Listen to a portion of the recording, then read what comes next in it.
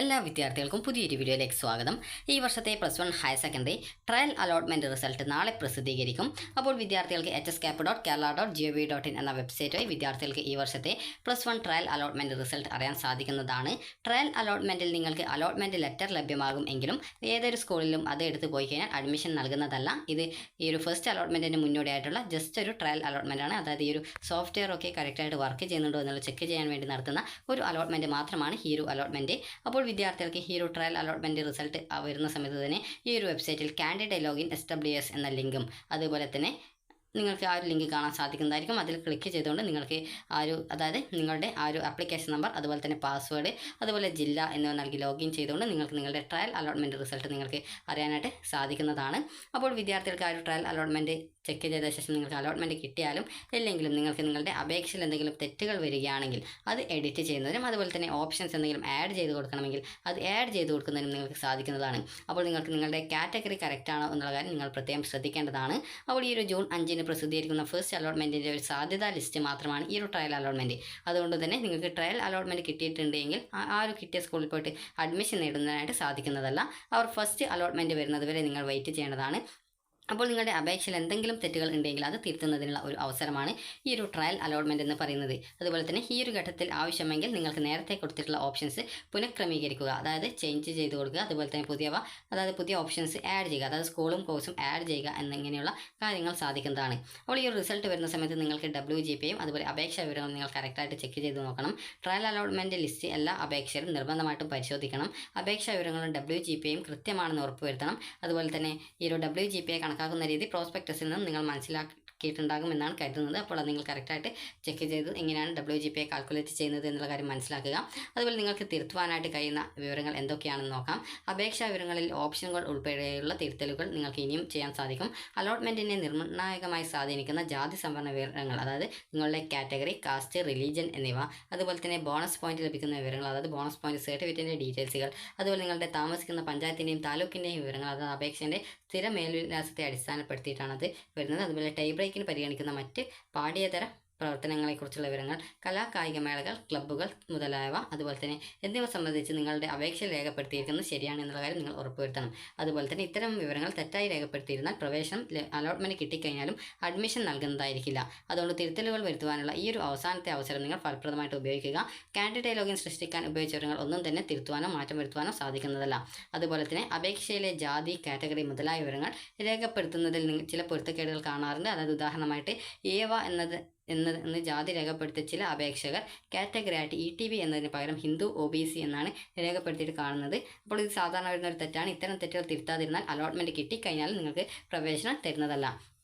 യോഗ്യതാ സർട്ടിഫിക്കറ്റിലെ മാർക്ക് അതുപോലെ തന്നെ മാർക്ക് ലിസ്റ്റിലെ എല്ലാ കാറ്റഗറികളും അപേക്ഷയിലേക്ക് അതുപോലെ തന്നെ പകർത്താൻ സാധിക്കില്ല. ഉദാഹരണത്തിന് ഈയവ, മുസ്ലിം, മറ്റ് പിന്നോക്ക ഹിന്ദു വിഭാഗങ്ങൾ, പിന്നോക്ക ക്രിസ്ത്യൻ, ലത്തീൻ കത്തോലിക്ക, അതുപോലെ ധീവര, വിശ്വകർമ്മ, കുശവൻ, കുടുംബി എന്നിങ്ങനെ യോഗ്യതാ സർട്ടിഫിക്കറ്റ്, അതായത് SSLC സർട്ടിൽ പൊതുവെ OBC എന്നായിരിക്കും രേഖപ്പെടുത്തിയിരിക്കുന്നത്. എന്നാൽ പ്രവേശന പ്രക്രിയയിൽ ഇവ ഓരോന്നും പ്രത്യേക കാറ്റഗറികൾ ആയിട്ടാണ് ഉള്ളത്. അതുകൊണ്ട് തന്നെ ഓരോ ജാതിയുടെയും കാറ്റഗറി മനസ്സിലാക്കുന്നതിനായിട്ട് പ്രോസ്പെക്ടസ് എന്ന HSCAPൽ ഒരു ലിങ്ക് കൊടുത്തിട്ടുണ്ട്. അതിൽ ക്ലിക്ക് ചെയ്ത് കഴിഞ്ഞാൽ നിങ്ങൾക്ക് അപ്പൻഡിക്സ്, അതായത് ഈ ഒരു അനുബന്ധം 2 എന്ന് പറഞ്ഞുകൊണ്ട് കാണാൻ സാധിക്കും. അത് ക്ലിക്ക് ചെയ്ത് ഡൗൺലോഡ് ചെയ്തെടുക്കുക.